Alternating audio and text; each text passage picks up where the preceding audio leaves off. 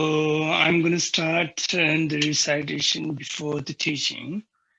Bây giờ thầy sẽ bắt đầu cầu nguyện trước khi mà thầy vào phần bài giảng ạ. So, and also those who wanted to attend the teaching, they can also come later. They can also join it. So that is why. Yeah. Những đạo hữu nào mà đang bận công việc mà còn chưa kịp vào lớp thì trong lúc thầy cầu nguyện thì sẽ kịp tham gia với lớp ạ. Zange chudan soki chonamla chanchi pardo dani kepsun jenda geje zogi bezon dola banje zange dobrejo sange chudan soki chonamla chanchi pardo dani kepsun jenda geje zogi bezon amge dola banje zange dobrejo sange chudan soki chonamla chanchi pardo dani kepsun jenda geje zogi bezon amge dola banje zange dobrejo manam kadange bezon jenam jedewa na devi gudan dabrege jedonga na wangi gudan dabrege Dunga mebe dewa da medawa gijingi ni jabangi da dewe banyam na nebre gyurji ama enam gadangi besim jedam jedewa da dewe gyudan da mrigyu dunga na duwangi gyudan dewe Dunga mebe dewa da medawa gijingi ni jabangi da dewe banyam na nebre gyurji ama enam gadangi besim jedam jedewa da dewe gyudan da mrigyu dunga na duwangi gyudan Dunga mebe dewa da medawa gijingi ni jabangi Midandra Danyamla never engage, Tamji Kimbola Jazalo, Zangi Jim, then the Jabajamayan, Sangi, Banaju. The Rajabaji Dengi Bakibu, the Rakaloyuala, Namibala, Daminum, get the Basangi Jim, the Jabatina Zoom, Bagi get a big event, someone Jimmy, the Sonam Gitanam Giji, Bijazabonam Gitaba, Sonam Gimeta, Baji, Rimbatama, Meduma, Mebadama, Brigaway, the Giminam, Batunam, the one Mebasan Janam Jigita, Bajas, Bangi. Hobbikonsanam Gigabunyola, David, get the Joanam, get the way she bought the Mebabasum, you make up a Sunam, Baba Yang, Bujeta, Mijibakutuma, Mebata, Zumeba Danda Madamano, and number two, Pomodoro, the number two, Kalo, and the Bagijana, the Badavana, the Javayo, one number two, people into a jewel. Ichi Zuba, the Badamajima, the Jewel, Sangijim, then engage and the Bengal and the Balamina, the Yama, the General, and the Sangijim, then and the other Badas. The mission to make you want to give what to make you one day, some of the Mama, the way also the way of the Jim, then they get you a little way on the one and the Jimma, when they don't want to make you back, it's not and get it. Some then they get some mission to all of them, the many versions of the Janju, the door, Jimma, made the manager of the way, make you a Jabba, one day by Jimmy, and never you Tomajo also give a charger, also give us some money by Gijing and also George by Jimmy. Gunwanjimenuziki Jimbo, Sangi, and the stomach of the Michigan, Zomiga, Poming in the Zomiga, Zomiga, and the general number of members, Zomiga, and the Gangi to sing it on a Dawadam Japan, the Bijun to the Bagotam de la Jazalo, and Kumbulu, and they were not toming and Jonaji. In the old Shigi, also again to join in Namla, which are to Jajan, the Lenaro, the Malbama, Chicken, what do you Quand je donc j'ai dans le déjà l'homme qui va quand tout dans le match qui j'ai avec une number de bottom j'ai normalement qui dans le chine tout dans la mienne doit gagner de que j'ai en bottom j'ai que tout dans y tu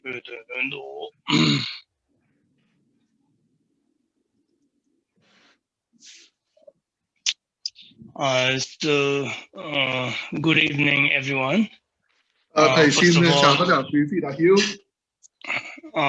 First of all, I would like to welcome you all for this teaching session. So today I'm going to teach about the four power to purify our depth of the karma of the past. So we can also call that, the four power or the four strength that we through that we can purify our karma and also the mind. Xin chào tất cả quý vị đạo hữu. Tối hôm nay thì thầy sẽ giảng về 4 cái năng lực, 4 cái năng lực hay là 4 cái khả năng hay là 4 cái sức mạnh để tịnh hóa những cái món nợ về nghiệp của mình ở trong quá khứ, hay nói một cách khác là 4 cái khả năng, 4 cái năng lực để mà tịnh hóa các cái nghiệp bất tịnh cũng như là tịnh hóa cái tâm thức của mình. So if we really study about the teaching of the Buddha, and if we really practice the path of the Buddha, then all the tradition has the same, ultimately, the goal of the practice of the Buddha's teaching is to liberate oneself and also help others by showing the path of the liberation.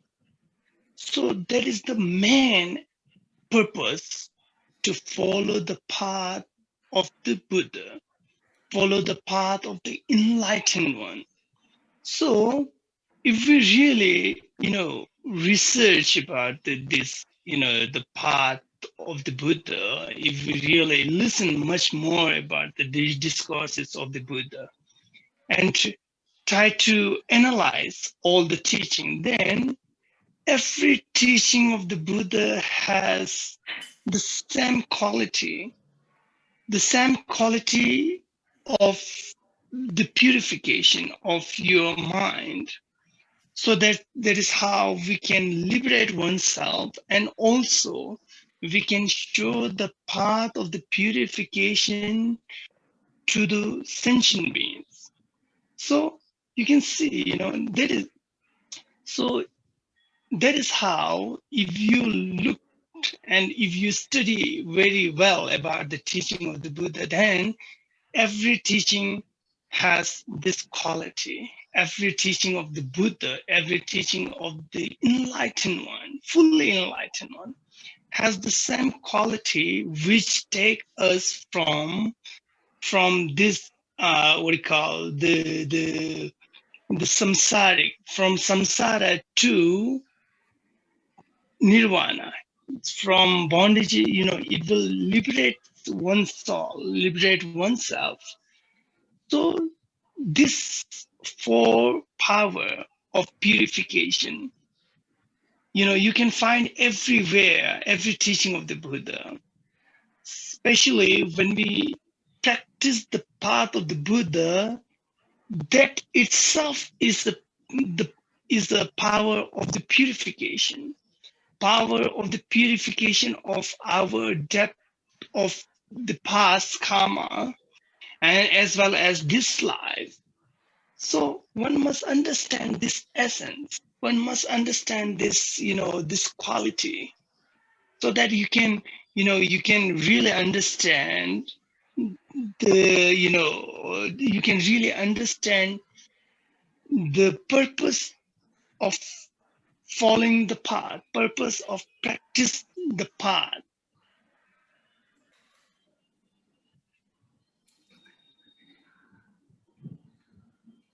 Yeah, Khenpo. Các quý vị thấy rằng là tất cả những cái bài giảng của Đức Phật cũng như là cái việc thực hành tất cả những cái lời dạy của Đức Phật thì để nhằm đạt được đến cái mục tiêu cuối cùng, mục tiêu rốt ráo, mục tiêu tối thượng, đấy là để giải thoát chính bản thân chúng ta, để giải thoát mỗi chúng ta và giúp đỡ những chúng sinh khác thông qua cái việc là chỉ cho họ cái con đường để mà giải thoát. Như vậy chúng ta có thể hiểu rằng cái mục đích chính của cái việc mà chúng ta đi theo con đường của Đức Phật, đi theo con đường của một bậc giác ngộ, đấy là chính chúng ta làm thế nào để chúng ta có thể giải thoát được mình thông qua cái con đường mà Đức Phật đã chỉ ra cho chúng ta. Nếu như mà chúng ta lắng nghe những cái bài giảng, những cái giáo pháp của Đức Phật một cách kỹ lưỡng và chúng ta phân tích tất cả những cái bài giảng của Đức Phật một cách kỹ lưỡng, thì chúng ta sẽ nhận thấy rằng là tất cả các cái giáo pháp của Đức Phật, tất cả các bài giảng của Đức Phật thì đều có chung một cái phẩm tính, đều có chung một cái mục đích, đấy là nhằm tịnh hóa cái tâm thức của chúng ta. Vậy thì khi mà mỗi một chúng ta mà đi theo cái con đường của Đức Phật thì chúng ta làm như thế nào? chúng ta làm thế nào để có thể thực tịnh hóa được cái tâm thức của mình. Khi mà chúng ta nghiên cứu tất cả kỹ các bài giảng của Đức Phật thì tất cả các bài giảng đấy đều nhằm đến một cái mục đích, đấy là thanh tịnh hóa cái nghiệp chướng của chúng ta. Và đấy chính là cái phẩm tính của một bậc giác ngộ, hay là phẩm tính của một vị Phật đã hoàn toàn giác ngộ.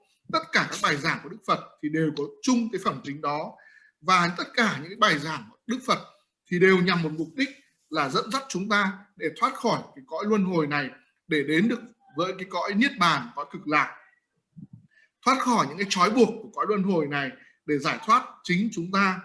Do vậy là bốn cái năng lực để tịnh hóa mà hôm nay thầy sẽ giảng thì quý vị có thể đã gặp được rất nhiều lần, gặp rất nhiều nơi rồi. Đặc biệt là khi mà quý vị thực hành cái con đường và do Đức Phật chỉ ra thì quý vị thấy là cái năng lực để mà tịnh hóa những cái món nợ về nghiệp của chúng ta trong quá khứ, cũng như là tịnh hóa những cái món nợ mà trong đời này của chúng ta, thì chúng ta cần phải hiểu một cách sâu sắc rằng tất cả các cái bài giảng của Đức Phật, tất cả các giáo pháp của Đức Phật thì bản chất của nó là đều nhằm đạt được cái mục tiêu, đấy là tịnh hóa tâm thức của chúng ta và cuối cùng là giải thoát của chúng ta. Thì tất cả các hành giả đi theo con đường giải thoát và giác ngộ của Đức Phật thì đều phải hiểu cái mục đích tối thượng của việc đi theo cái con đường của Đức Phật và thực hành giáo pháp của Đức Phật. Đấy chính là cái tinh túy, cái bản chất của Phật pháp. Khenpo La. So, what are the four power or the four strength that through that we can purify the depth of the karma? So the four power or the four strength is the power of support and the power of regret, the power of antidote, and the last one is the power of resolution, strong determination. So these are the four strengths through that we can purify our, our impurities of the past, which we call the karma, the sinful act that we have done in a past life as well as in this lives also. So yeah. Khenpo La. Okay. Như vậy thì đâu là bốn cái gọi là bốn cái năng lượng, hay là bốn cái năng lực, hay là bốn cái nền tảng để mà chúng ta có thể tịnh hóa được tâm thức của mình. Thứ nhất đấy là chúng ta cần phải nhận thức được đâu là cái lỗi lầm, đâu là cái thiếu sót, và chúng ta phải có một cái năng lực, đấy là năng lực về sám hối, và chúng ta phải biết hối lỗi, ăn năn hối lỗi về cái tội lỗi của mình. Và cái năng lực tiếp theo đấy là chúng ta phải tìm ra được đâu là cái giải pháp, đâu là cái cách thức để khắc phục, để sửa chữa những cái lỗi lầm đấy, và cuối cùng là cái năng lực là quyết tâm để không phạm phải cái lỗi lầm, cái sai sót đó. Thì thông qua cái việc mà thực hành bốn cái loại năng lực này, bốn cái năng lực này, thì chúng ta sẽ tịnh hóa được những điều bất tịnh của tâm thức của mình, của bản thân mình. Hay còn nói một cách khác đấy là tịnh hóa những cái nghiệp bất thiện của chúng ta trong quá khứ. Hay nói một cách khác nữa đấy là tịnh hóa những cái tội lỗi mà chúng ta đã phạm phải trong quá khứ hoặc là trong chính cái cuộc đời này. Khenpo La. So when we use the power, the power of the support, so people practice many ways, there are many ways there, they use a support of some people. They use the power of the support is, the great Shakyamuni, the present Buddha, Buddha Shakyamuni. And some they use some other, like in Vajrayana tradition, they use Vajrasattva for the power of the support, they use it.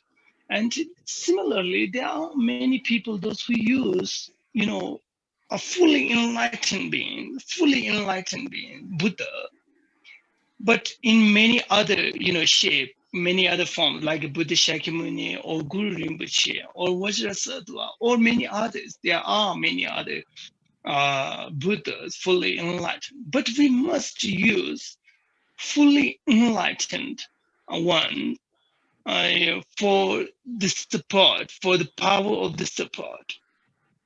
So, in this way, one must, in generally, if I talk generally, one use a Buddha Shakyamuni, the image of the Buddha Shakyamuni in front of you or top of your head, you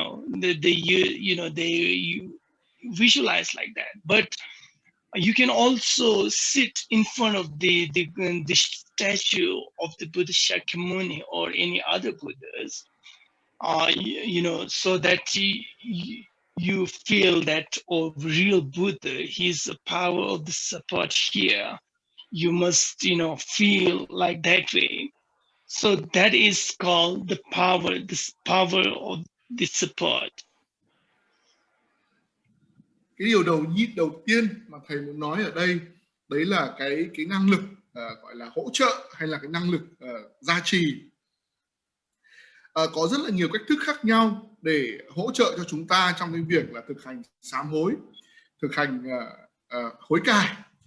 Có rất là nhiều vị Phật để chúng ta nương tựa vào. Chẳng hạn như là có rất nhiều hành giả thì họ nương tựa vào vị Phật hiện tại, vị Phật Thích Ca Mâu Ni vĩ đại.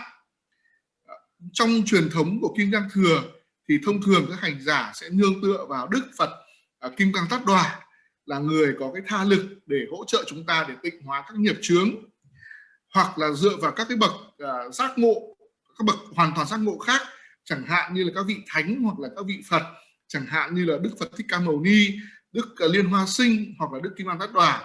Nhưng mà dù nương tựa vào vị nào đi nữa thì đấy phải là một vị Phật, phải là một vị đã hoàn toàn giác ngộ để có đủ cái năng lực để giúp cho chúng ta, để chúng ta nương tựa vào đó để mà tịnh hóa cái nghiệp chướng của chúng ta.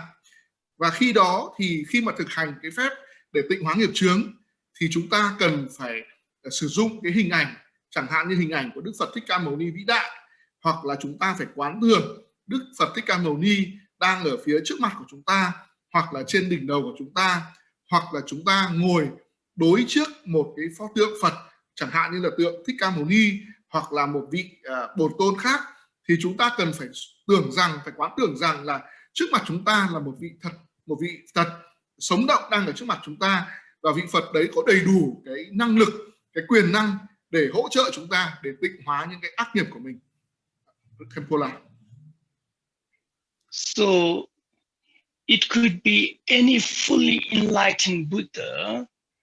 The power of the support, you must use a fully enlightened one, which is very good support, which is the ultimate support, So you can do it anywhere, especially you can do it in your altar, in your Dharma room or any temple, where where there is a statue of the Buddha Shakyamuni or any other Bodhisattvas, the Avalokiteshvara or Manjushri, whoever. But it is very important to use a support which is very, very, connected to you, like you have a strong devotion to that fully enlightened being.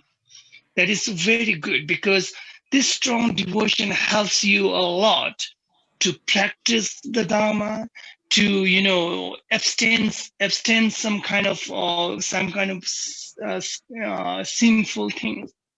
Very important, this strong devotion, So that is why, very importantly, you must use a support which you have strong devotion, which is very important. So yeah, one must sit in front of that statue, or you can visualize that Buddhahood. You can visualize on your top of your head or in the sky in front of you.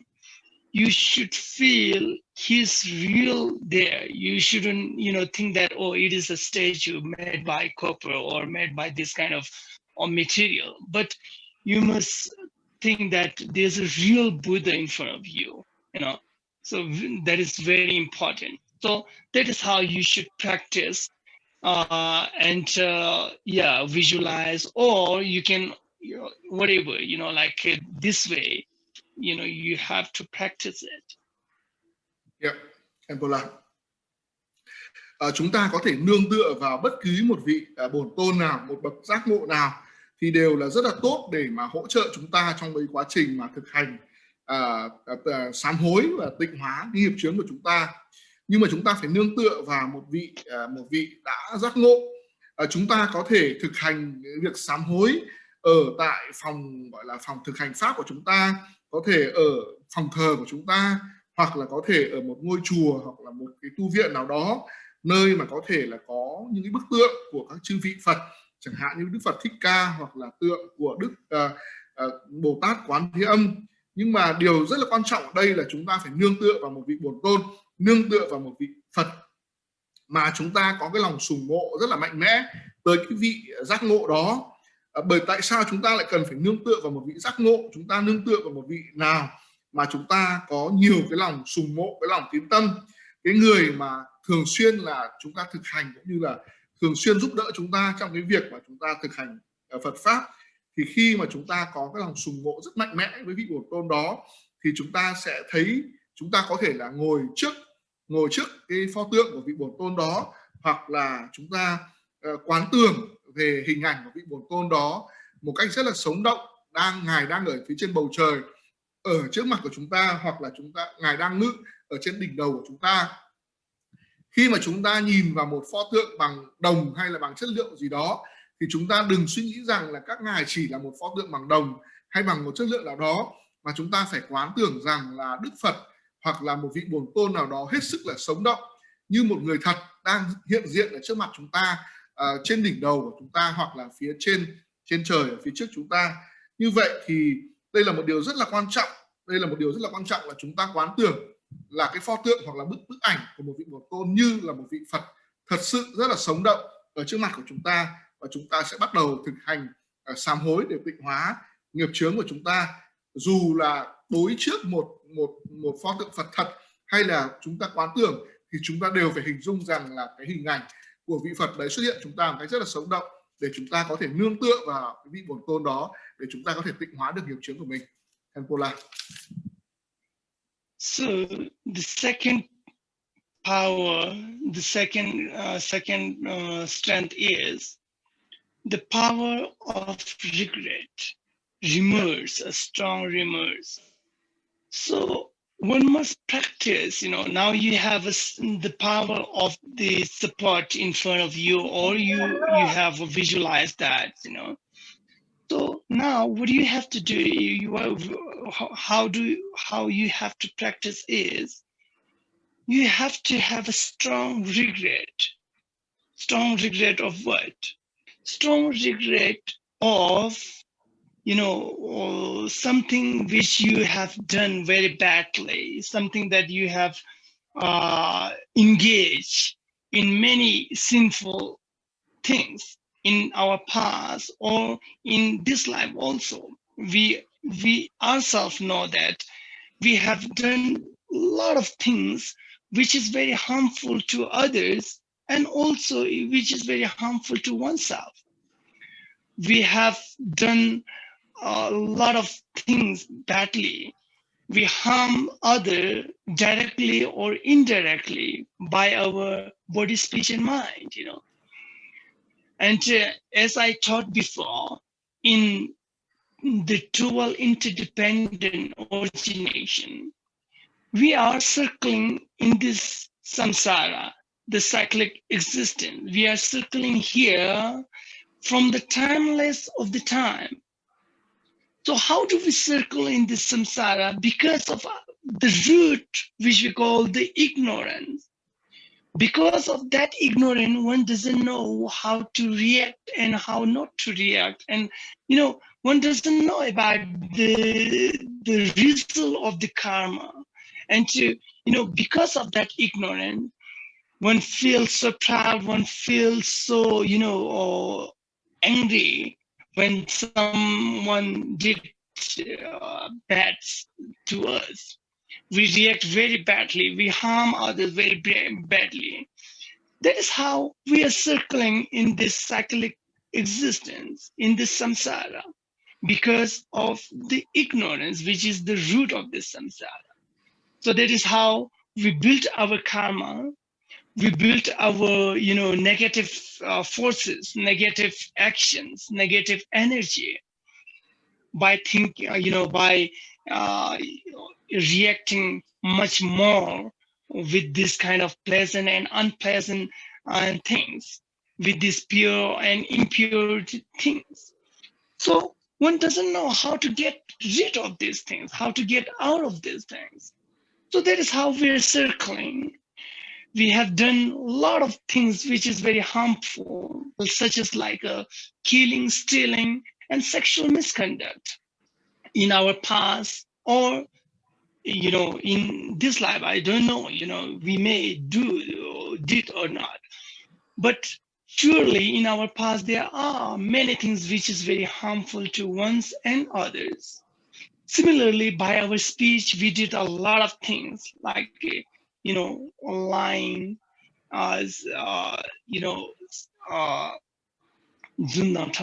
like slender words and harsh words and gossiping, which harm oneself and others also.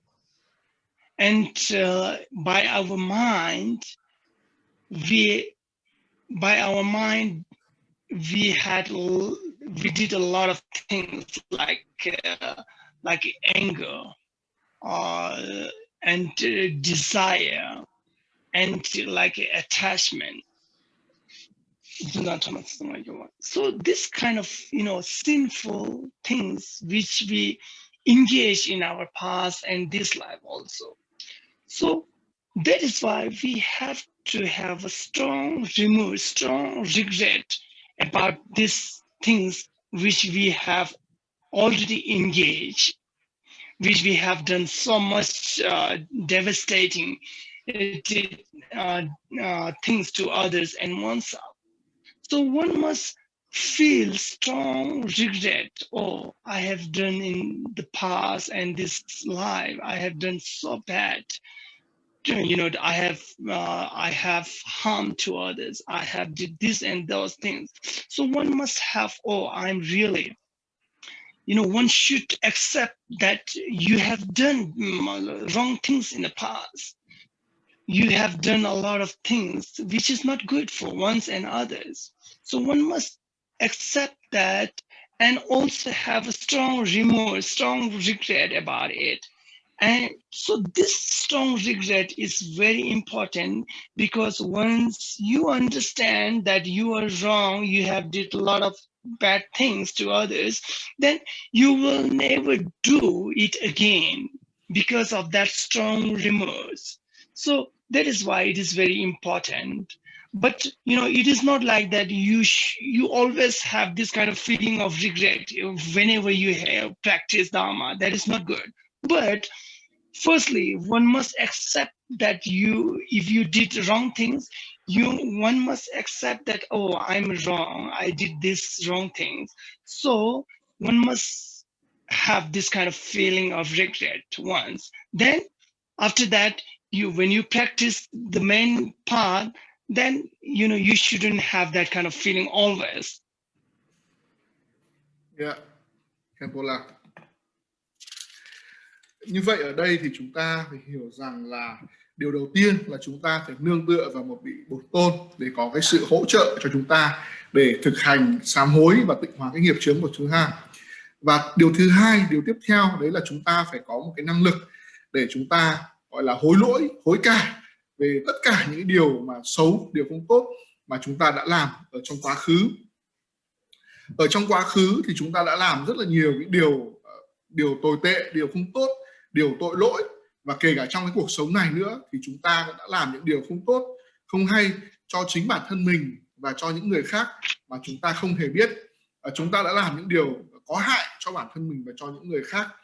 Và khi mà mình đã làm rất nhiều điều xấu, điều có hại như vậy cho bản thân mình, cho người khác, bằng cả thân, bằng khẩu, bằng ý của mình, Trong những bài giảng trước thì thầy cũng đã giảng cho quý vị về thập nhị nhân duyên, 12 cái nhân duyên, về những cái điều kiện, những cái mối tương tác khiến cho chúng ta trong vô thủy kiếp, vô thủy kiếp ở trong quá khứ thì chúng ta đã làm rất là nhiều điều tội lỗi, khiến cho chúng ta cứ bị trôi lăn ở trong cõi luân hồi này. Và cái nguồn gốc của việc chúng ta vẫn trôi lăn ở trong cõi luân hồi này thì chính là sự vô minh, hay chính là sự ngu dốt.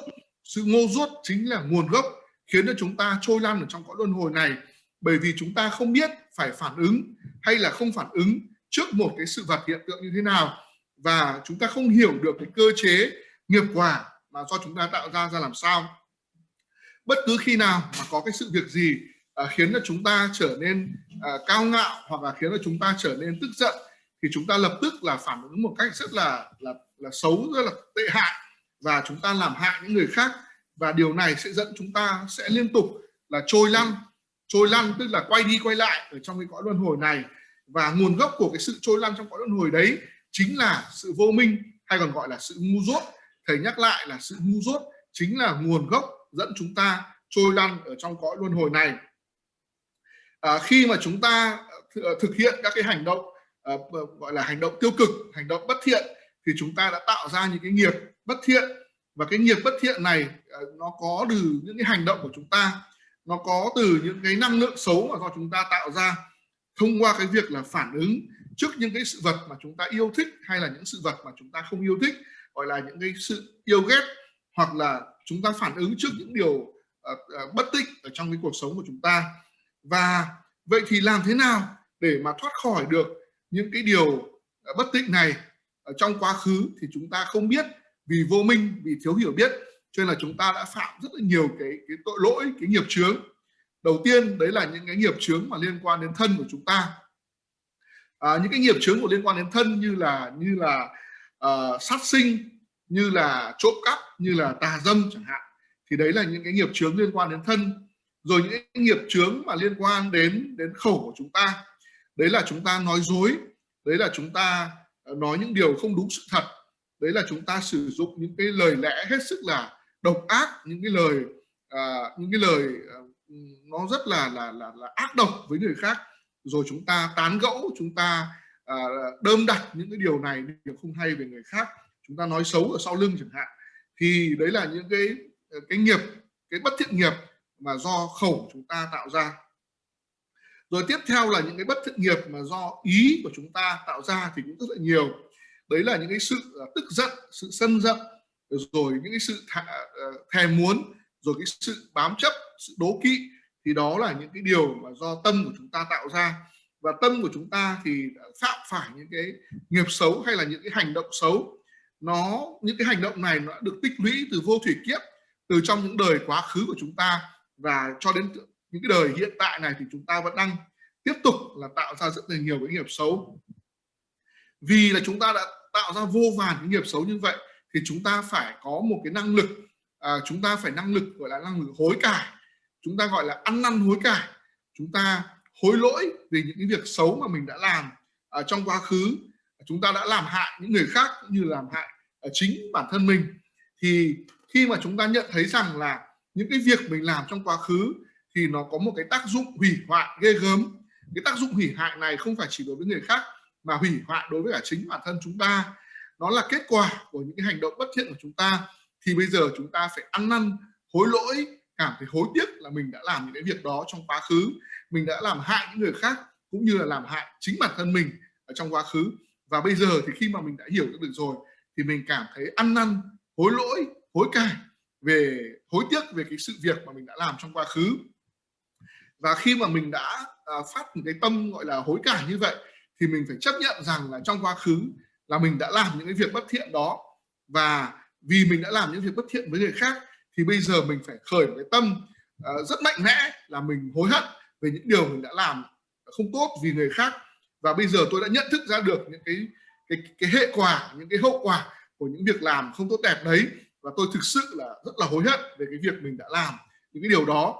Và tôi khởi một cái tâm lên là từ bây giờ trở đi tôi sẽ không bao giờ lặp lại những cái việc sai trái đấy nữa, và tôi sẽ không bao giờ làm lại những điều sai lầm mà tôi đã làm trong quá khứ như vậy.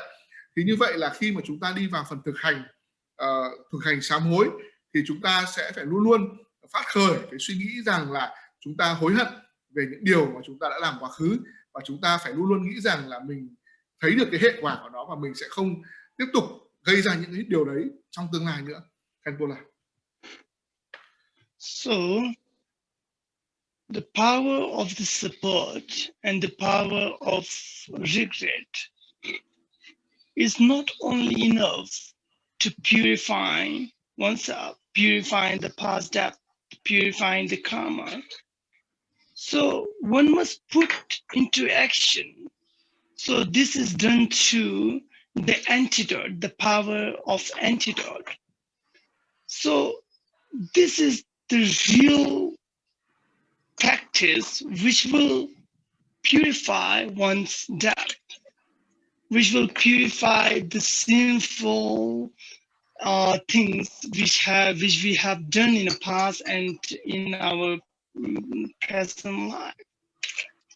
So it is. So this is called the power of antidote. Okay, so yeah. Yeah, Khenpo la. Như vậy là ở hai phần trên thì thầy đã nói về cái gọi là năng lực hỗ trợ để chúng ta sám hối, và cái năng lực để mà chúng ta ăn năn hối cải, hối tiếc về những điều mình đã làm. Thì nếu như mà chỉ có hai cái năng lực đấy thì vẫn chưa đủ để giúp cho chúng ta tịnh hóa những cái ác nghiệp, những cái bất thiện nghiệp của mình, mà chúng ta cần phải có một cái việc là hành động thực sự. Chúng ta không phải chỉ ăn năn hối lỗi mà chúng ta phải hành động thực sự. Đấy là chúng ta phải có một cái liều giống như là liều thuốc giải, hay gọi là năng lực chữa lành để chúng ta khắc phục những cái lỗi lầm ở trong quá khứ. Đây là cái phần mà thực hành chính của chúng ta để tịnh hóa những cái món nợ trong quá khứ của chúng ta, tịnh hóa những cái gọi là cái tội chướng của chúng ta mà chúng ta đã làm ở trong quá khứ cũng như là trong cuộc sống hiện tại. Đấy chúng ta gọi là cái năng lực, gọi là năng lực chữa lành. Khenpo la. So the power of antidote, it means, you know, if you practice any part of the Buddha, the fully enlightenment, if you are practicing the purification of your mind, if you are following the path of the purification, then all this kind of practice is called the antidote, the strength or the power of antidote.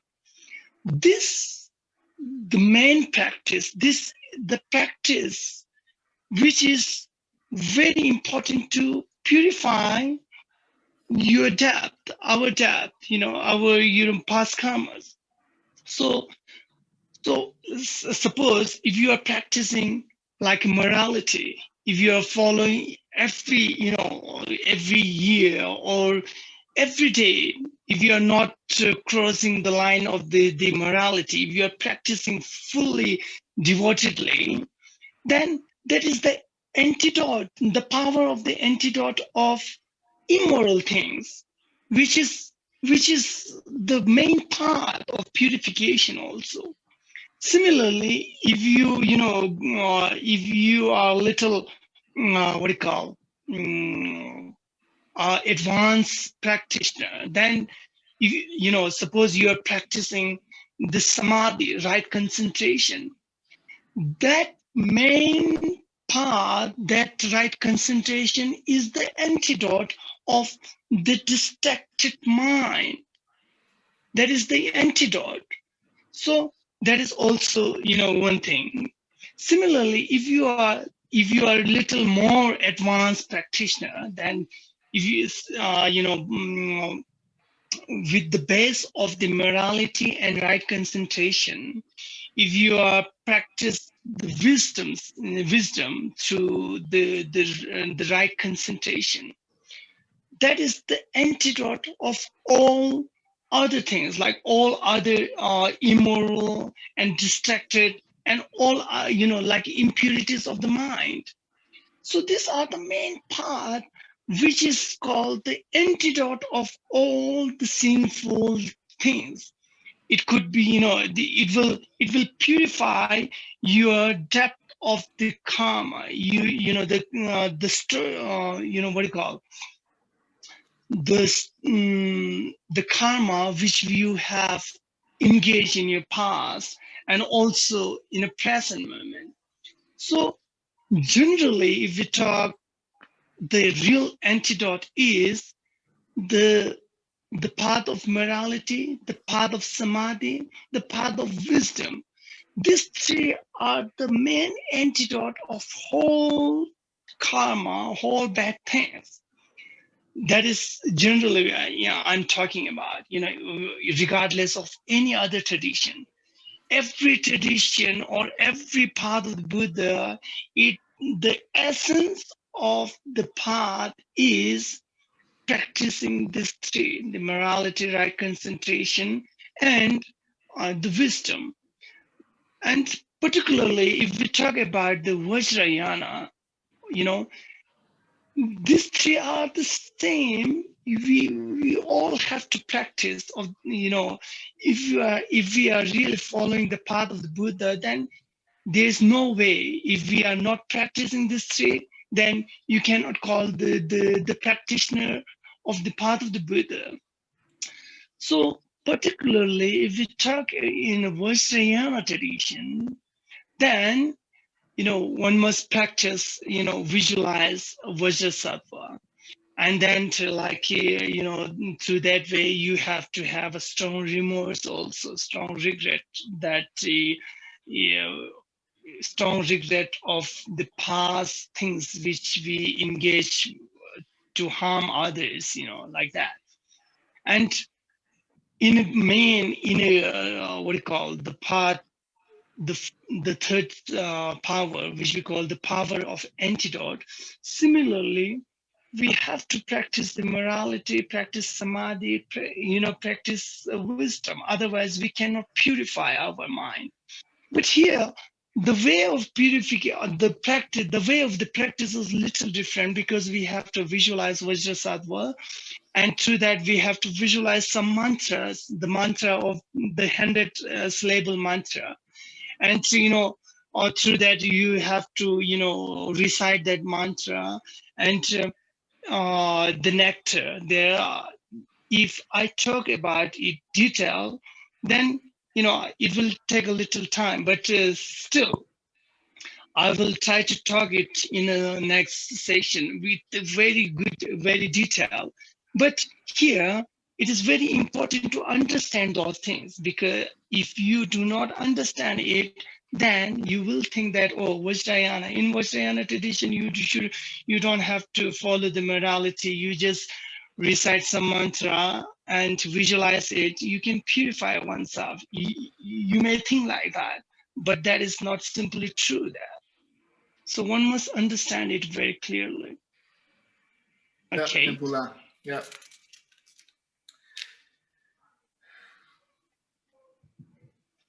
Ở đây thì chúng ta phải hiểu rằng là cái năng lực thứ ba, đấy là cái năng lực gọi là chữa lành, năng lực chữa lành, hay là cái giống như là một cái liều thuốc giải. Thì khi mà chúng ta thực hành cái con đường của bậc giác ngộ như là Đức Phật để tịnh hóa cái tâm thức của mình, thì giống như là chúng ta đang sử dụng một cái liều thuốc giải để tịnh hóa cái nghiệp chướng của mình. Và đây là cái phần thực hành chính khi mà chúng ta thực hành sám hối để tịnh hóa nghiệp chướng.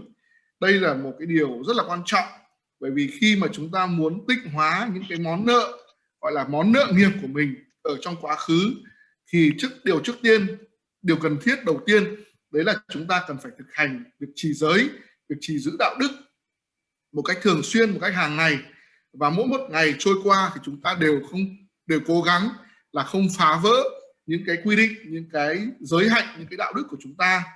Và khi mà chúng ta không cố gắng làm sao mà giữ được cái đạo đức như vậy, thì chúng ta có được cái năng lượng của năng lượng của chữa lành, hay năng lượng của giải độc, thì đấy có thể coi là một cái con đường chính của việc tịnh hóa những cái nghiệp chướng của chúng ta. Với những cái hành giả mà ở cấp độ cao hơn một chút, thì bên cạnh cái việc mà trì giữ giới hàng ngày thì chúng ta sẽ thực hành thiền định để đạt được cái sự tập trung của tâm thức của mình.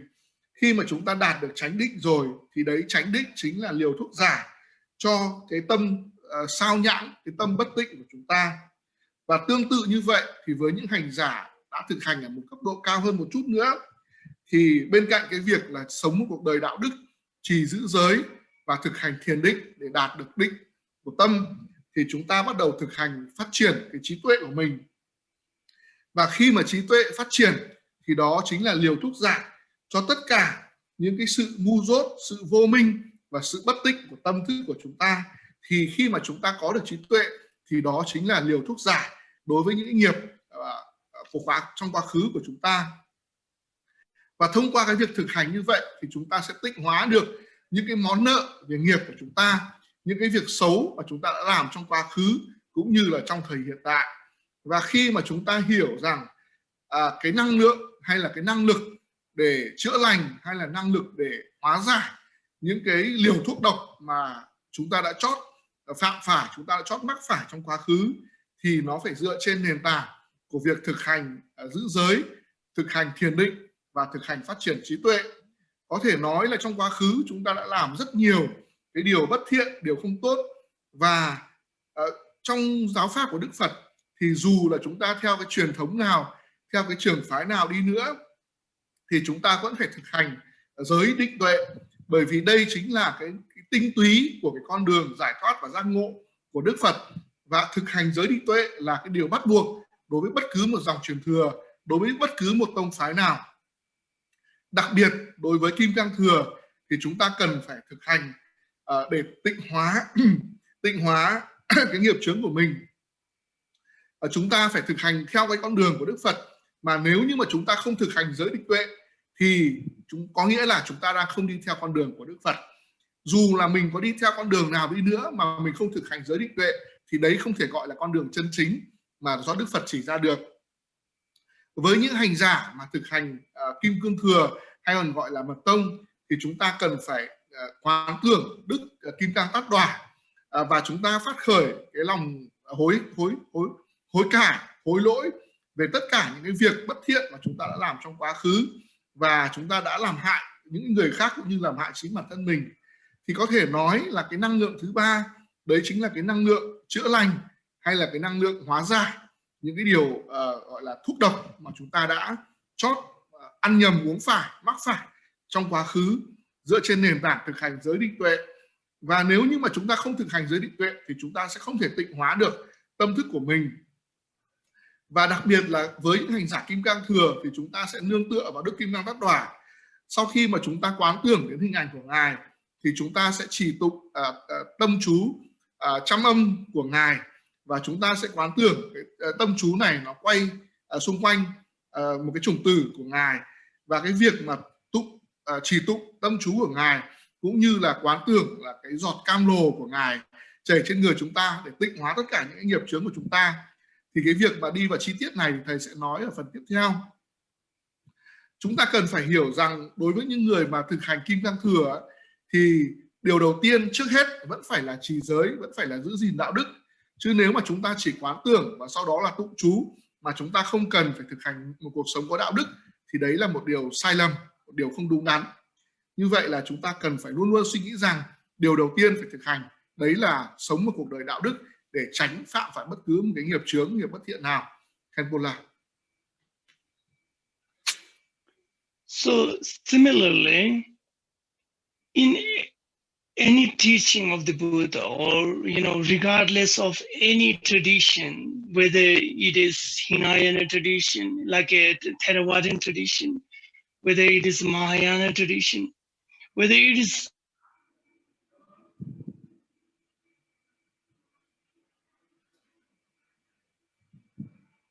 Khenpo La.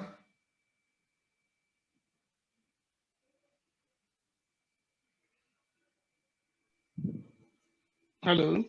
Yes, I can hear you now. Hello. Yes, I can hear you now. Sorry, because it seems that I have a little problem in the internet connection, but still, Yeah, so what I was saying is, Yes.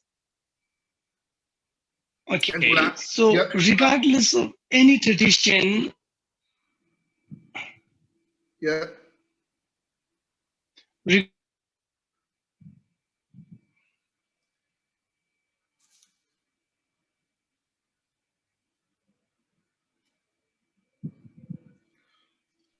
hello. Yes, I can hear you now. Okay. So regardless of any tradition of the Buddha, any part of the Buddha, one must practice the sixth perfection. In any tradition of the Buddha, whether it is Vajrayana, Mahayana, or Theravada tradition, one have to practice the sixth perfection, because only through this practice we can purify our karma, we can to purify our mind. So that is why Buddha taught that the morality and the concentration and the wisdom is the wisdom is the ultimate part, that one must practice it and purify the karma and purify one's mind. So that is why it is said that one must understand the view of the practice, of view of the meditation. One must understand the meditation. How do we have the practice? How do we practice? And one must understand the what we call the action. What is the action? So in Gangesh Mahamudra, it is said that the Gangesh Mahamudra is the teaching which is given by Tilopa to the Naropa at the bank of the river Gangesh. So here it says that Zunzin kunde tabe gyapoin, engwa mena gompe gyalpoin, chatsu mena chupe gyapoin, redo mena dribu ngunde gyurs.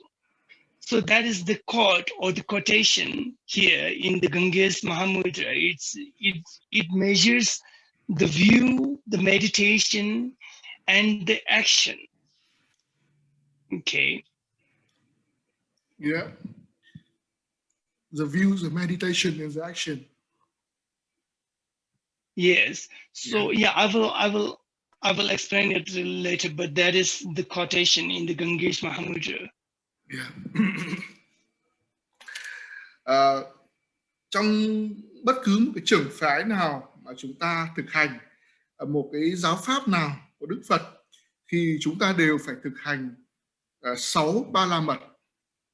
Dù là chúng ta là theo Phật giáo Nguyên Thủy, Phật giáo Đại Thừa hay Phật giáo Kim Cang Thừa, thì chúng ta đều phải thực hành 6 ba la mật, hay còn gọi là 6 hoàn thiện. Đây là con đường duy nhất để chúng ta có thể tịnh hóa được những cái nghiệp chướng của mình, cũng như là tịnh hóa được cái tâm thức của mình. Đấy là lý do vì sao mà Đức Phật đã dạy cho chúng ta là chúng ta cần phải thực hành giữ giới, cần phải thực hành phát triển cái sự tập trung thông qua thiền định, và cuối cùng là phát triển cái trí tuệ của chúng ta. Bởi vì đây là con đường rốt ráo nhất mà bất cứ một hành giả nào muốn tịnh hóa cái tâm thức của mình thì đều phải thực hành, muốn tịnh hóa cái nghiệp chướng của mình thì đều phải thực hành. Và khi mà thực hành thiền định thì hành giả cũng cần phải biết được làm thế nào để thực hành thiền định cho nó đúng đắn. Và sau đó thì chúng ta cần phải hiểu là hành động tiếp theo của chúng ta là cái gì. Trong một cái kinh điển nói về kinh điển về Đại Thù Ấn ở sông Hằng do Đức Tilopa là trao cho Đức Naropa, thì có một cái lời trích dẫn rằng là chúng ta cần phải có cái quan kiến, cần phải có cái sự quán tưởng, sau đó thì chúng ta thực hành thiền định, và cuối cùng là chúng ta phải có những cái hành động rất cụ thể. Thì thầy sẽ giải thích rõ cái câu trích dẫn này để quý vị hiểu. Khenpo La. So in this discourse of Mahamudra, Thâ y Khenpo is a teaching of the Thâ y Khenpo, which was taught by Tilopa to Naropa. So here it measures the view and meditation and action. So when we talk about the view of all the path, actually it's a path, or it's a view of the path of the purification, path of the fully Buddhahood. So here, the view is one must understand the realization of the external, the emptiness nature of external object and internal perceiving subject, the emptiness nature of whole phenomena, you can say, or emptiness nature of object and the subject is, if we realize that nature, then that is the king of the view, it says in this teaching. Similarly, when it says, when we talk about the king of the meditation is, it says, if we sustain on that realization without any distraction, if our mind sustain on that realization of the emptiness nature of the external phenomena and internal subject, then without any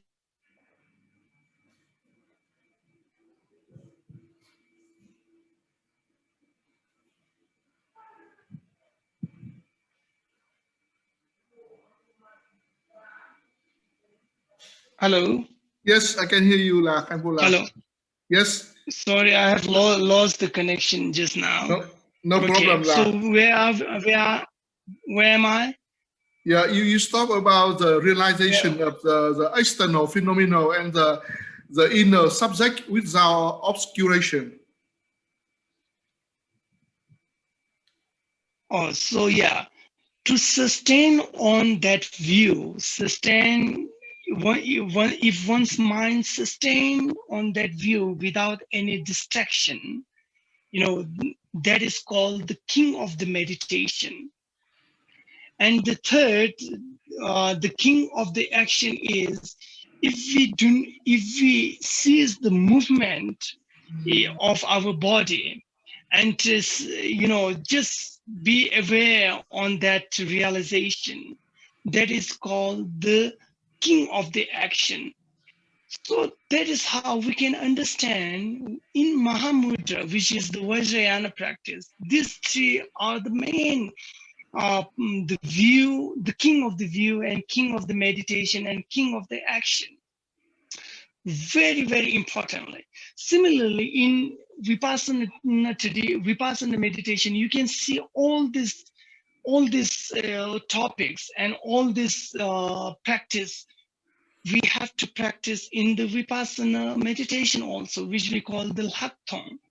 So one must understand, this view and meditation and action.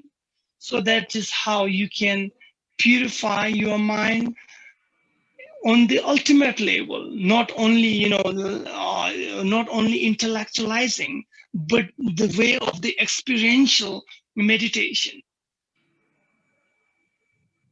Dạ, Khenpo. Ở đây thì thầy sẽ giải thích cái bài giảng ở sông Dương Tử mà Đức Tilopa đã giảng cho Đức Naropa về ba cái gọi là vua của cái gọi là vua của cái tầm nhìn, vua của cái việc thiền định và vua của cái hành động. Thứ nhất là khi mà nói về cái quan kiến, hay còn gọi là về cái tầm nhìn hay cái quan kiến của chúng ta, đấy là chúng ta cần phải nhìn nhận tất cả các cái con đường, chúng ta cần phải xem xét tất cả cái con đường, hay gọi là xem xét tất cả các giáo pháp mà do Đức Phật dạy chúng ta, thì đều nhằm tịnh hóa những cái nghiệp chướng của chúng ta trong quá khứ, và do những cái vị đã hoàn toàn giác ngộ như là chư Phật chỉ dạy ở chúng ta. Chúng ta cần phải có một cái quan kiến, cần phải có một cái chính kiến đúng đắn. Chúng ta phải nhận thức được cái tánh không, cái bản chất tánh không của tất cả các sự vật hiện tượng ở bên ngoài, cũng như là những cái đối tượng ở bên trong của chúng ta. Thì khi mà chúng ta nhận thức cái bản chất này, chúng ta hiểu được cái bản chất là tất cả mọi sự vật hiện tượng đều có bản chất là rỗng rang, hay là tất cả các sự vật hiện tượng dù nó ở bên trong hay là bên ngoài chúng ta thì đều có bản chất là tánh không. Thì khi mà chúng ta có một cái quan kiến như thế này thì chúng ta gọi là có cái gọi là quan kiến, gọi là vương kiến, hay là gọi là một cái chánh kiến, gọi là vua của các loại chánh kiến. Thứ hai đấy là vua của các loại gọi là thiền định. Đấy là khi mà chúng ta thiền định thì chúng ta loại trừ tất cả những cái, chúng ta nhận thức được tất cả mọi sự vật và hiện tượng mà bên trong cũng như là bên ngoài, những cái đối tượng bên ngoài cũng như là những cái vật, những cái sự vật hiện tượng bên ngoài cũng như là những đối tượng ở bên trong chúng ta mà không có bất cứ một cái sự trở ngại, sự che chướng hay là sự phân tán gì, thì khi đó chúng ta có được cái gọi là vua của các loại thiền định. Cái điều thứ ba đấy là thầy nói về vua của các loại gọi là hành động, gọi là vương hành, gọi là vương hành. Khi mà chúng ta đã có một cái nền tảng đấy là chúng ta dựa trên cái việc mà có cái quan điểm đúng đắn cũng như là dựa trên nền tảng của việc thực hành thiền định, thì chúng ta nhận thức được tất cả những cái chuyển động của cơ thể của mình.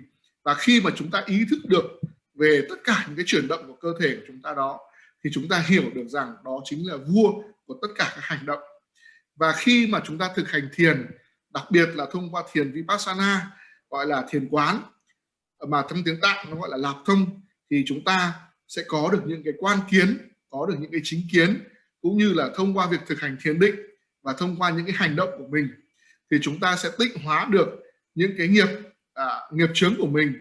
Và để cuối cùng rốt ráo là chúng ta sẽ có được những cái sự phát triển về mặt trí tuệ. Cái trí tuệ này không phải là trí tuệ dùng cái logic thông thường để nhận thức bằng trí tuệ thông thường, mà thông qua cái sự trải nghiệm của tâm thức của chúng ta. Khenpo. Similarly, in the teaching of the... Hello? Yes. You can hear me? I can hear you clearly now. Oh, Yeah. okay. Similarly, in the teaching of the Dzogchen Chenpo, there are many things like, like view and meditation and on the action. It says a lot about these three in the Dzogchen Chenpo teaching. And you can see the teaching or the aspiration prayer of Samantabhadra Buddha. You can see in this aspiration prayer, how we have to aware the things that happen in our mind. When we have a desire, strong desire, one must aware on the nature of that desire and do not react with the pleasant and unpleasant things. That is what it says in the teaching of the aspiration prayer of the Samantabhadra Buddha. Similarly, when something like anger arises in our mind, how we have to aware on the nature of that anger and be without reacting on that. Similarly, any kind of things happen in our mind, you shouldn't react with the desire or aversion. Rather, you should remain aware with the understanding of the nature of that mind impurities. So there are a lot of things like that, which that is the main practice. So when we practice it, it is very important to free of the afflicted emotion. It is very important that our practice should free from all the afflicted emotions, such as like desire, anger, and ignorance. That is how we can purify the mind. Otherwise, we can multiply the impurities if we have, during the practice, if we have the impurities in our mind, such as like anger, hatred, and jealousy like that, then we multiply that. Will multiply that impurities. So one must understand that whenever we practice the main path should free from all the afflicted emotions. So that is the antidote which will purify the depth of the karma. Yes, Lord. Yeah. Yeah. Tương tự như vậy là trong cái lời dạy của một bậc thầy gọi là Jappo Chenpo, thì ngài cũng đã dạy về cái gọi là 3 cái thứ gọi là kiến, thiền, hành. Trong cái lời dạy của ngài, đặc biệt là chúng ta biết đến cái gọi là kinh Hạnh Nguyện Phổ Hiền Vương, kinh của Đức Phật Phổ Hiền. Thì trong cái bài Hạnh Nguyện Phổ Hiền Vương ấy, thì chúng ta đều biết được rằng là chúng ta cần phải ý thức được những điều mà đang xảy ra ở trong tâm của mình. Chúng ta phải ý thức được cái bản chất của những cái tham muốn, những cái khát vọng ở trong tâm của mình. Và điều quan trọng nhất là chúng ta không phản ứng với những cái cảm xúc dù là dễ chịu hay là không dễ chịu mà chúng ta cảm nhận được. Khi mà chúng ta có những cái cảm xúc mà không dễ chịu gì, chẳng hạn như là sự tức giận, nó xảy đến ở trong tâm thức của chúng ta, thì chúng ta cũng không được phản ứng lại với những cái cảm xúc tiêu cực đó. Khi mà chúng ta nổi lên, những cái tâm của chúng ta nổi lên những cái thèm muốn, những cái ham muốn, những cái dục vọng, cũng như là những cái điều ghét bỏ, không muốn, thì chúng ta cần phải giữ tâm của mình luôn luôn nhận thức được bản chất của những điều đó chính là sự bất tịnh của tâm, và chúng ta không được phản ứng lại với những cái điều bất tịnh đó của tâm. Bởi vì chúng ta hiểu rằng là khi mà chúng ta thực hành sám hối thì toàn bộ cái phần thực hành chính của chúng ta nó cần phải được loại trừ tất cả những điều bất tịnh, những cái cảm xúc bất tịnh của tâm, chẳng hạn như những cái cảm xúc về yêu, cảm xúc về ghét, về sân giận, về đố kỵ, về ham muốn, về ảo tưởng, vân vân. Đấy, chúng ta phải hiểu rằng toàn bộ những điều đó là những sự bất tịnh của tâm. Nếu như mà tâm của chúng ta, nếu như mà chúng ta phản ứng lại với những cảm xúc đó thì có nghĩa là chúng ta nhân lên những điều bất tịnh của tâm, và những điều bất tịnh của tâm đấy chính là nguồn gốc mà dẫn chúng ta đến khổ đau. Và như vậy thì chúng ta phải luôn luôn nhớ rằng khi mà chúng ta thực hành ở cái phần chính của cái phần sám hối, tịnh hóa nghiệp chướng, thì cái phần thực hành đấy hoàn toàn phải được loại trừ khỏi những cái cảm xúc tiêu cực, và có như vậy thì chúng ta mới đoạn tuyệt được với những cái món nợ về nghiệp của chúng ta trong vô thủy kiếp. Em cô làm. So the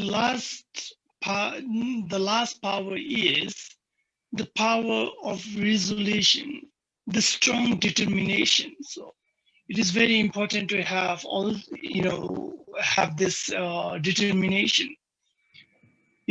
When you practice it, you should have a strong determination that in future I will never engage in any kind of sinfulness.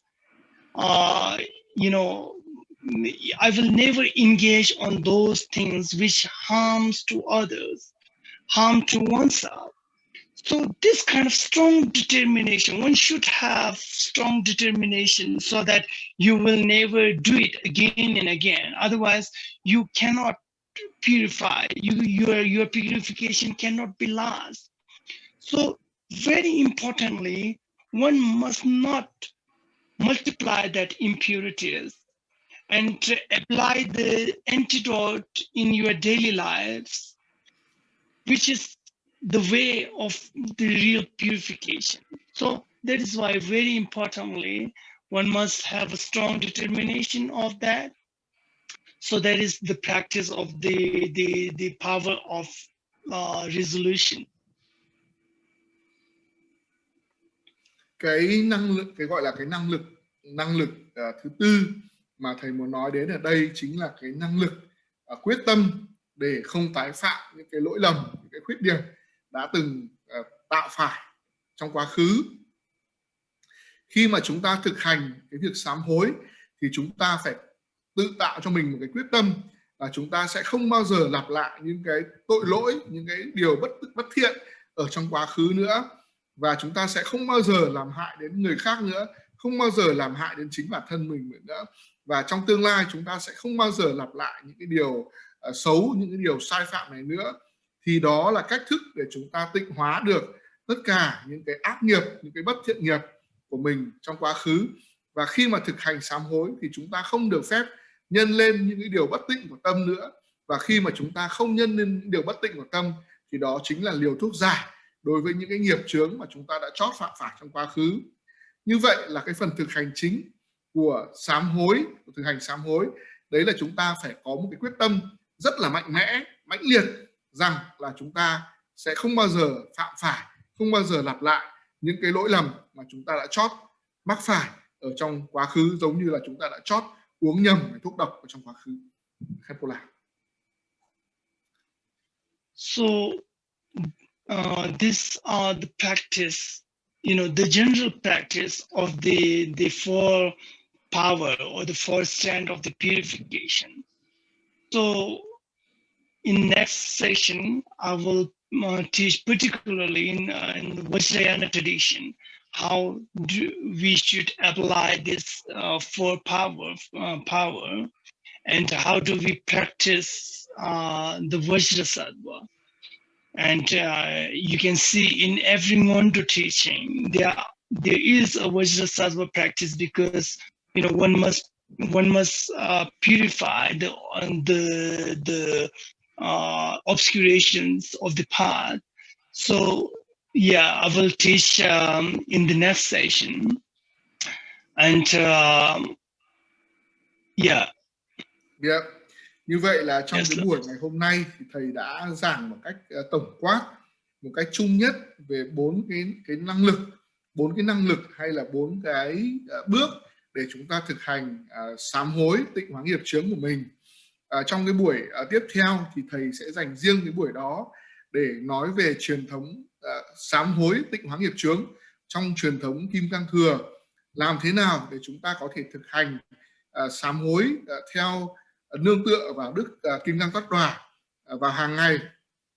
Và chúng ta biết rằng là trong thực hành Kim Cang Thừa thì trong tất cả các cái pháp thực hành, pháp tu nào thì chúng ta đều phải thực hành Đức Kim Cang Tát Đòa để tịnh hóa tất cả những cái chướng ngại, những cái trở ngại, những cái che chướng, những cái mê mờ trong việc thực hành pháp của chúng ta.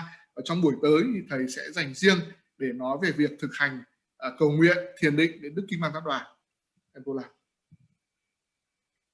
So in the next teaching, next session, I will teach this Vajrayana practice in detail, how we should practice the Vajrasattva for the means of the purification. And I will also give the oral transmission of the Vajrasattva mantra. Actually, I was asked to give it today, this evening, but because of the limited time, so we can do it next. So yeah, lastly, if you guys have any kind of question, you can ask one or two questions here. Ngày hôm nay thì thầy tạm dừng cái phần bài giảng của thầy ở đây, trong cái việc nói về bốn cái năng lực để mà sám hối, để mà tịnh hóa nghiệp chướng nói chung. Và trong cái buổi giảng tiếp theo thì thầy sẽ dành riêng để giảng về cách thức sám hối theo truyền thống Kim Cang Thừa, và làm thế nào để chúng ta tịnh hóa nghiệp chướng thông qua việc nương tựa vào Đức Kim Cang Tát Đòa. Và trong cái buổi học tiếp theo thì thầy sẽ khẩu truyền câu chú trăm âm của Đức Kim Cang Tát Đòa.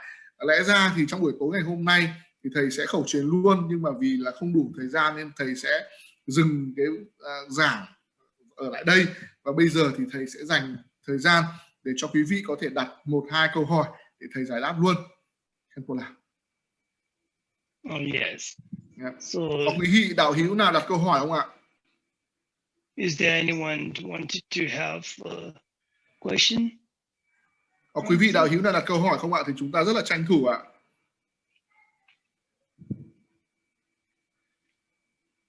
Yeah. Khenpo La, I received one question from one Dharma sister. Yes, she asked about the fire puja and the smoke puja, whether the fire puja and the smoke puja are the same, and how can we do the sur for the dead, and when we can do the sur for the dead. Yeah, can you explain, please? Yes. So basically, if we talk about the smoke puja, you can see, we use a lot of ingredients, like, there are many things which we use in smoke puja to purify the environment and to purify the environment and also offer the smoke to the god and goddess, and also, you know, the protector of the environment. And also we offer this good smell, you know, like a good smoke to Buddha, Dharma, and Sangha. So that is the purpose of the smoke puja. And also it will eliminate some kind of external obscurity, what do you call, external harmfulness from of the spirits also.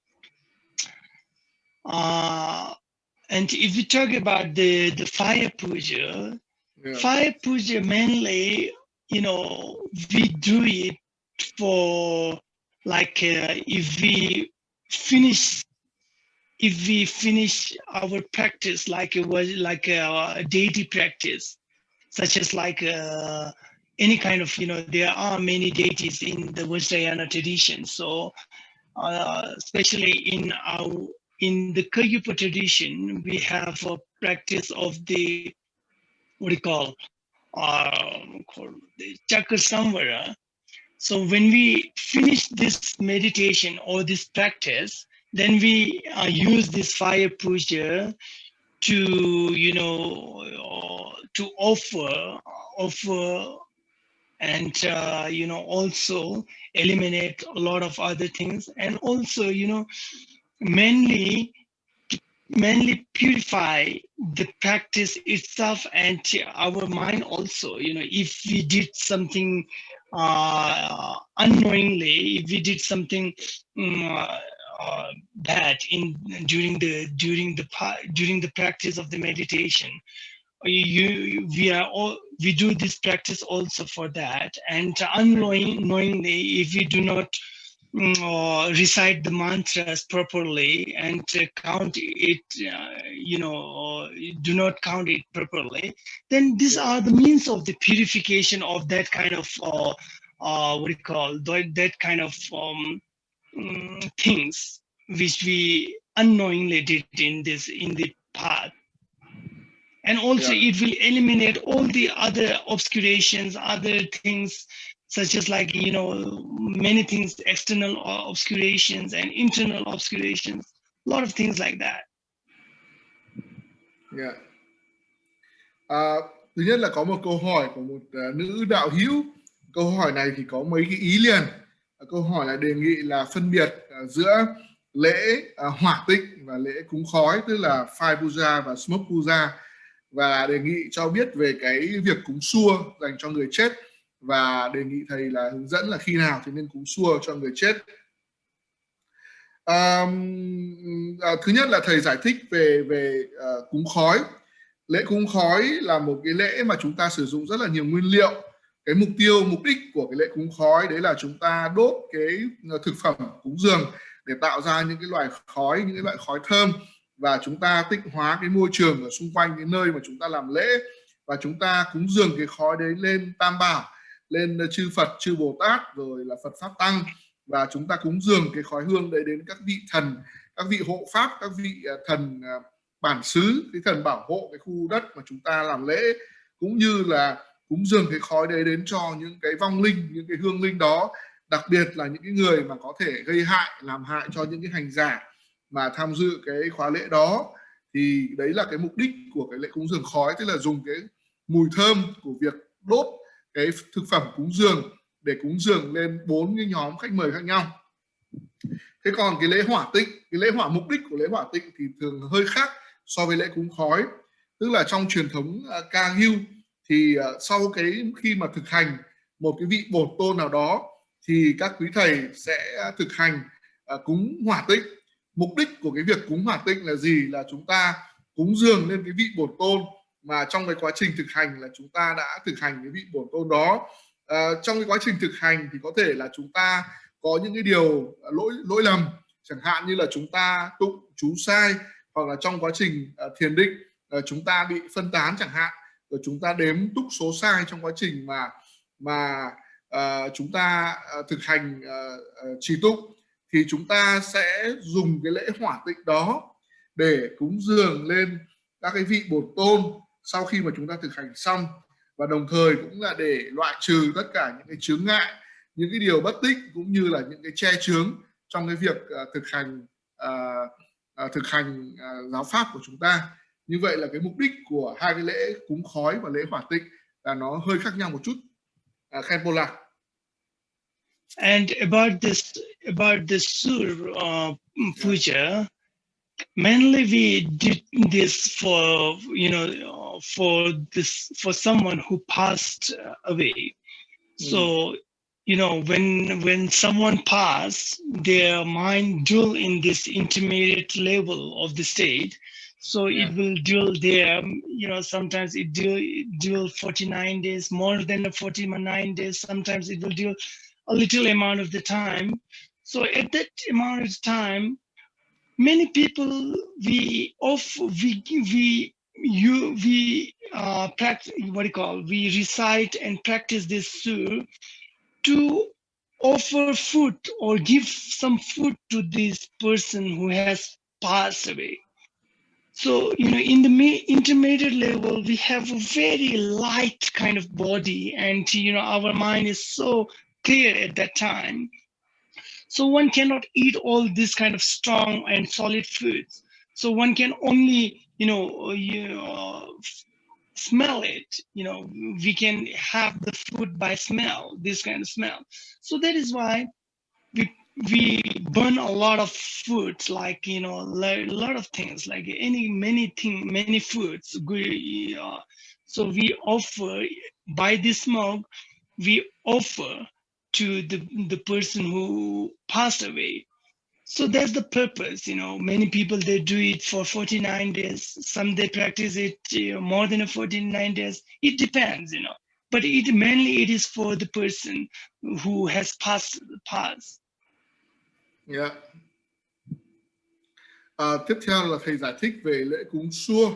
Lễ cúng xua thì chủ yếu là để dành cho một ai đó, một người nào đó mà mới mất trong cái thời gian là 49 ngày kể từ ngày mất, hoặc là dài hơn 49 ngày một chút.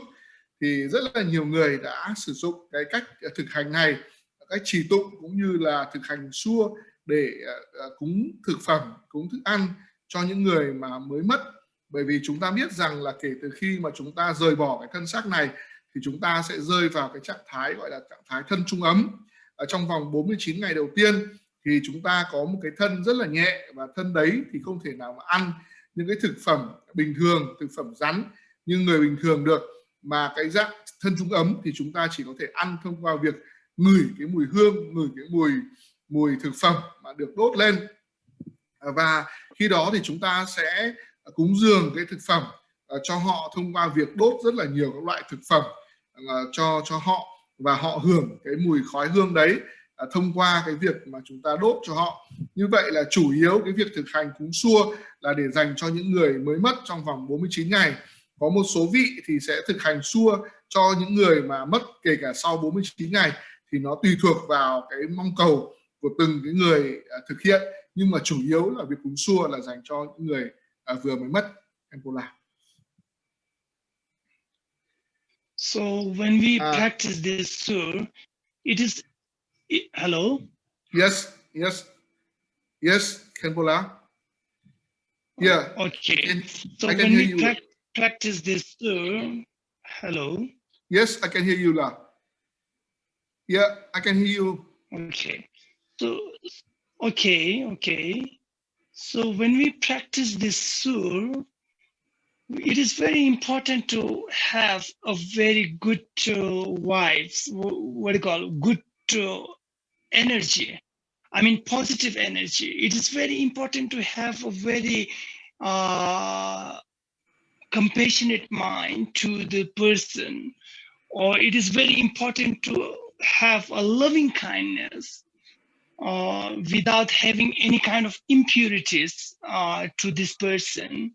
So that is how you should burn a food, so it will go directly or straightly to the person and fulfill his the things. So one must understand it is very important to have a very good energy, or what you call the positive energy within your mind. So it will help to the person who passed very effectively. Yeah.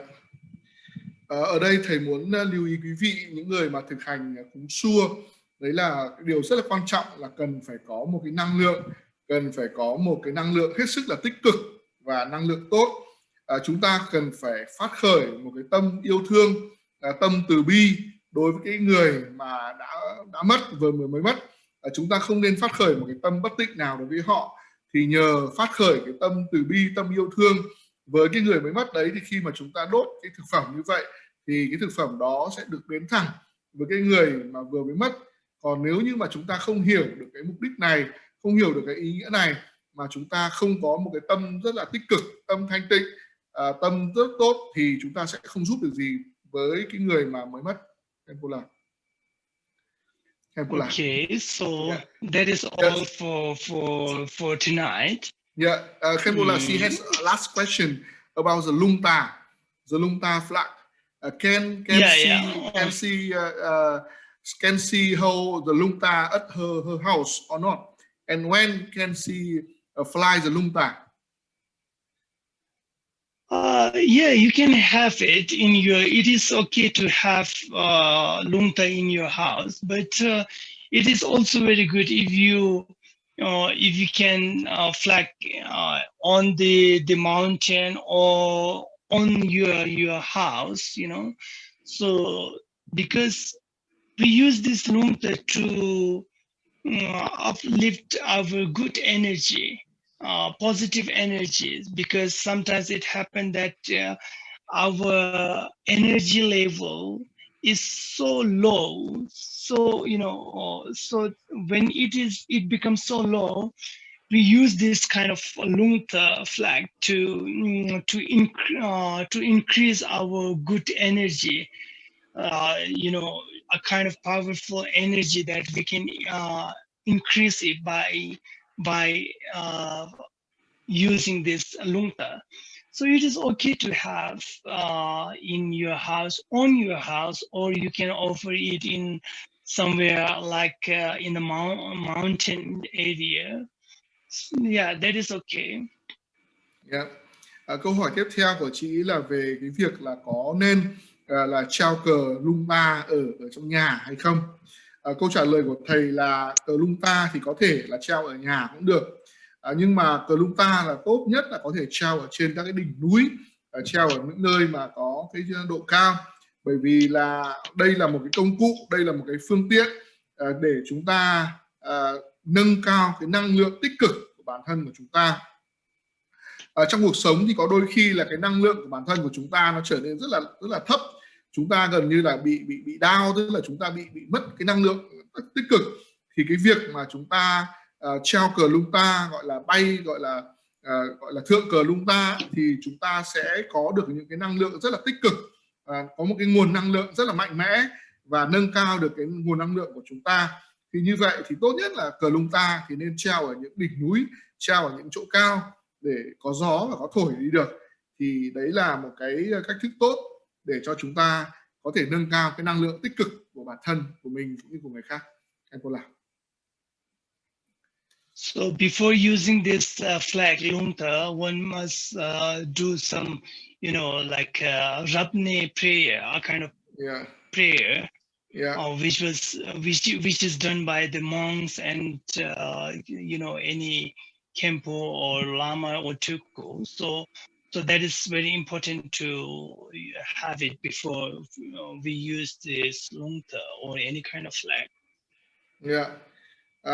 Nhưng mà một điều rất là đáng quan tâm ở đây là trước khi mà chúng ta có thể là cái thượng cờ Lungta hoặc bất cứ một loại cờ nào trong mật giáo, thì chúng ta nên làm lễ gọi là lễ Rabne, giống như là cái lễ gọi là giống như là cái lễ khoai quang ấy.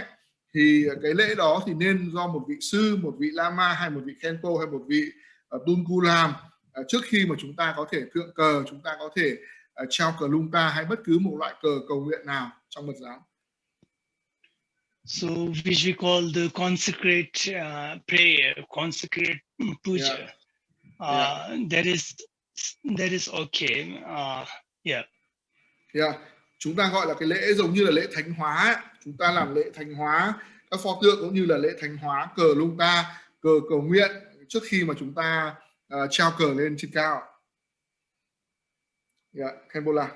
Okay, so these are all enough for this tonight. So I will talk much more about the next session about the Vajra and Vajra Sattva practice. Yeah. So I hope that you all understand about the Dhamma, the purification of the path. The path of the purification. Path of the purification. So. Yeah, I wish all of you have a good night and see you next session. So lastly, I will dedicate the merit. Yeah. Đấy là cái phần mà bài giảng của thầy trong buổi tối ngày hôm nay. Thầy đã giảng chung về cách thức cái con đường để tịnh hóa nghiệp chướng, tịnh hóa sám hối. Sám hối và tịnh hóa nghiệp chướng của chúng ta.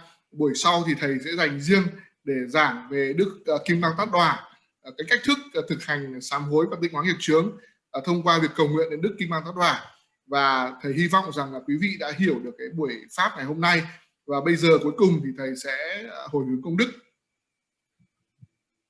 Sonam de tamje se banye tom nenge be da nam banje de ke gana je balon du ba este be sona do sho jambal po je ter kem badan kundu zambu de ande jinde de da kunge ji su dalu jinge wo de da tamje ratu.